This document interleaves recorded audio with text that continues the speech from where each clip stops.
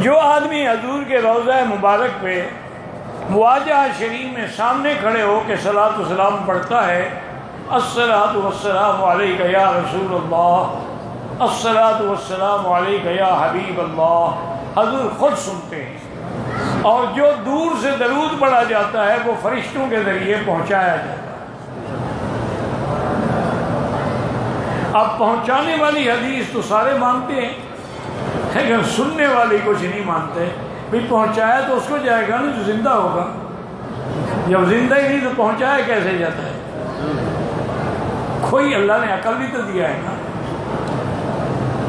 یہ تو یہاں کے جو مفتی تھے نا بڑے، حضرت عبدالعزیز بن باز رحمۃ اللہ علیہ، بہت بڑے عالم تھے، نابینا تھے، لیکن کمال ہے ماشاءاللہ، جزیات تک یاد تھی اور پہچان اتنی تھی کہ السلام علیکم قول، اچھا مکی ہو؟ ہاں بھی میں، ہاں جی میں، اور بڑے عالم تھے، اللہ ان کی قبر پہ کروڑ رحمت ہے۔